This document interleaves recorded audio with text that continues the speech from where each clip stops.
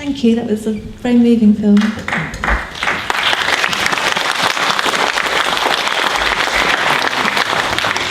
I wanted to just sort of add, there's a point that's not really raised in the film in relation to the impact of collecting these rents of land, these rising land values. In terms of urban sprawl, I mean, Peter quite rightly points out at the end, you know, this is a way of protecting wildland and species, the environment. But it's also a way of preventing urban sprawl because there's so much unused, derelict or underused land within urban centres, within cities. I mean, in London, there's only over 900 hectares of land that is unused or derelict. There's over 2,000 hectares of land that has been previously developed but now is ripe for redevelopment that is not being developed. So, you know, in the midst of a housing crisis, that raises a lot of questions and there are a lot of implications attached to that. Why do we have urban sprawl? Because there is an artificial scarcity in cities, forcing people out and development out to the margins, into the green belt, into the countryside where the land is cheaper.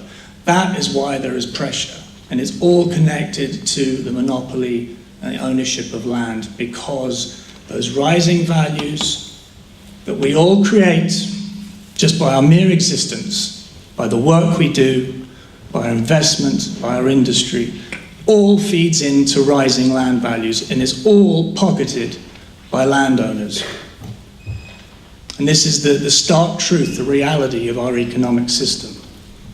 But very rarely does one hear this spoken of in the media, in the mainstream media.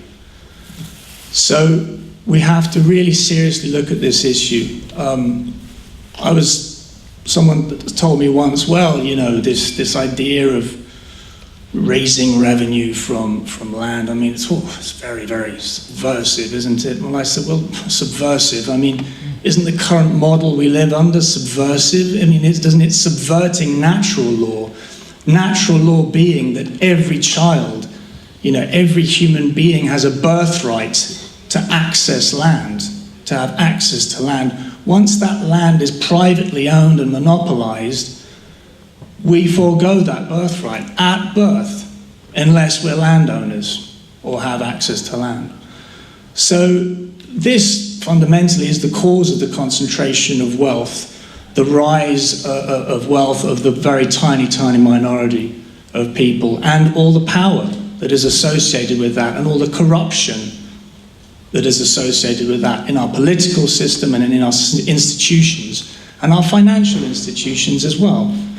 Because the fact of the matter is, it's all very well blaming the banks. You know, you love to blame and bash the banks and the financial institutions, but the fact of the matter is that the collateral that has been lent out by the banks and the financial institutions has always primarily been for real estate, for the purchasing of land, fundamentally.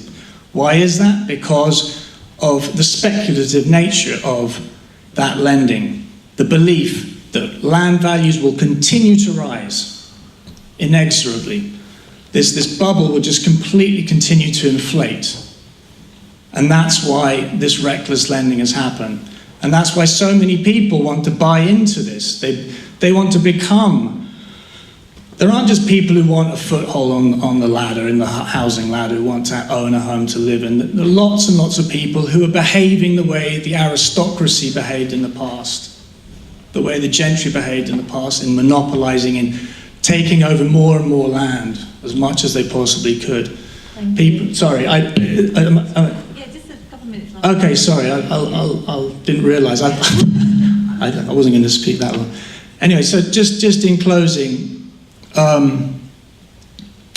this is the dilemma we face. We talk about fighting the 1%, you know, or the top 1%, but there's in some ways a much more troubling sort of 60%, if you will, of homeowners, you know, middle-class homeowners who own their homes, who have mortgages on their homes, don't actually own their home really because they've got these mortgages, but there's nonetheless homeowners hoping to see the value of their properties rise within the land market. And that is the difficulty we face. That is the reality we face. That is why, the Bank of England says, well, in some way this is really a no-brainer bringing in these reforms, but the politicians are resistant. They don't want to do it. So that's the big question. That's the big battle we fight, is why aren't the politicians doing this? And we have to really look at ourselves very much as we look at other people and place the blame on other people.